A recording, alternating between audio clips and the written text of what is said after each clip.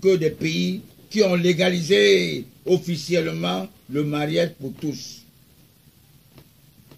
La France, la Belgique, l'Allemagne. Paul Biya ne veut pas que nos jeunes de sexe masculin portent des garnitures. Parce que nous, les hommes lions, on connaît ce que c'est. On connaît que ce n'est pas bon de faire ces erreurs-là. Et nous ne pouvons pas accepter que le pays va dans ce niveau-là. Parce que tous ceux qui encouragent Kamto, qui sont derrière Kamto, ne sont que des pédés, des bandes de pédés. Je dis bien des pédés qui encouragent Kamto. C'est des pédés. J'ai l'impression que ces malfaiteurs, ces francs-maçons cherchent de nouveaux adeptes pour que nous subissions leurs crimes, leurs rites sataniques, parce qu'ils sont à la conquête du pouvoir. Je peux répondre à un journaleux homosexuel. Depuis la France, le parrain de tout premier chef de l'État fut le docteur Luc-Paul Ojola, un franc-maçon. Il n'a jamais connu Paul Biya. Et Paul Biya n'a jamais collaboré au parti unique de l'époque. C'est nous qui étions, nous fûmes des UP6, mais nous avons intégré l'UNC, le parti unique à l'époque, parce qu'on voulait se positionner, n'est-ce pas, avoir les moyens pour bien manger. À l'époque. Paul Biya n'a jamais été dans le parti UNC, parce que c'est un UP6, un nationaliste de sang. Détrompez-vous. Vous devez faire des investigations pour avoir des bonnes informations de l'histoire de notre pays. La porte de Kotrak, collectif des travailleurs retraités d'Afrique centrale, est ouverte à la jeunesse camerounaise. Parce que vous n'êtes pas les fers de lance. Vous êtes nos dignes successeurs. C'est vous qui devez nous remplacer dans les mérites, pas dans la médiocrité. Les inconscients ne doivent pas vendre leur conscience aux charlatans de Kamto, Maurice. Vous avez vu, à l'époque, il y a un charlatan qui voulait gagner le Cameroun. On l'appelait John Frundi. Mais il avait oublié qu'il y a beaucoup d'endroits du Cameroun, donc on n'avait pas encore sorti les bons résultats. À l'extrême nord, par hasard. Et quand on a retrouvé le résultat, il a reconnu que le président Paul Biya avait toujours gagné. Paul Biya, il sait que le porc n'est pas gras. Le porc n'a jamais dit qu'il est gras. Paul Biya ne s'agite pas. Le président Paul Biya devrait sanctionner cet assassin que je considère comme un maquisard, comme avait été traité notre père de l'indépendance, Ruben Oumnoubé de maquisard, le français Pierre Mesmer, qui paye ses péchés en enfer. Alors que Ruben Oumnoubé est au paradis. Comme je vous parlais de la malgouvernance, le feu Premier ministre André Zéchungi avait convoqué l'ex-ministre délégué chargé de la défense à l'époque, parce que certains colonels disaient déjà que c'est lui le président de la République.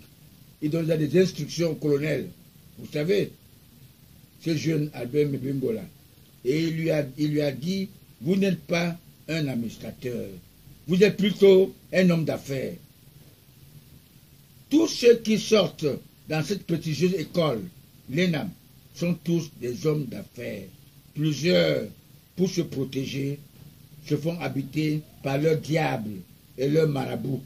Et ils sont tous, majoritairement, les francs-maçons.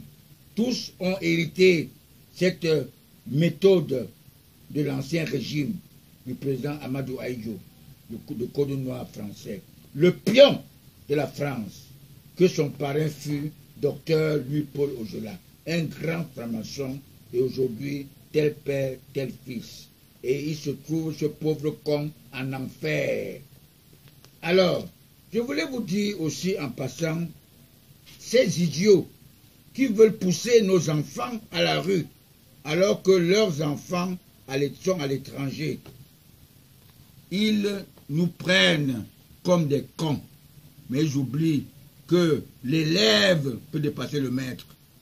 L'Afrique est devenue si grande et l'Afrique est la première civilisation. Notre père le fondateur du RDPC, s'il veut laisser le pouvoir, qu'il ne confie pas le pouvoir à un con. Je préfère que l'enfant peut faire mieux que le père. S'il peut le confier, il le confie à Franck Biya ou à Anastasie, que ces apprentis sorciers ont refusé qu'ils puissent... Mais Paul Biya est encore tout frais. Je dis seulement, parce qu'on ne peut pas confier le pouvoir, n'est-ce pas, à quelqu'un qui est défaillant, à quelqu'un qui n'a rien, à un pauvre con. C'est comme par exemple, j'avais appris que quand le fugitif d'Atarakuna voulait rentrer comme il voulait être placé comme administrateur civil en même temps provisoire à la défense SYNEC, un mois avant, il est allé rencontrer son fondé de pouvoir. Il lui a demandé 100 000 parce qu'il n'en avait pas. Alors on lui a refusé le 100 000, n'est-ce pas? Et le mois passé, il est passé comme ça du provisoire la SYNEC, la défense SYNEC. Qu'est-ce qu'il a fait? Il a fait que du bordel. Alors nous allons travailler pour l'intérêt de la nation camerounaise. Et nous allons supporter tout ce dont le président Paul Biya va nous confier, n'est-ce pas? Nous serons avec lui, on va l'encadrer, n'est-ce pas? Et ce troisième septennat, parce que j'avais dit, j'ai vu spirituellement qu'il est très frais que Jacques Famé-Nongo. Paul Biya est prêt plus que Jacques Famé-Nongo. Et il a toujours la première matriarche, la plus jeune matriarche, Chantal. Et il a toujours sa fraîcheur. La première dame de notre pays. La maman de tous les Camerounais sans discrimination. Elle est à côté de Paul Biya. Alors, vous voyez, le président Paul Biya ne s'agite pas. Le président Paul Biya ne voyage toujours que lorsqu'il voyage, il est toujours bien encadré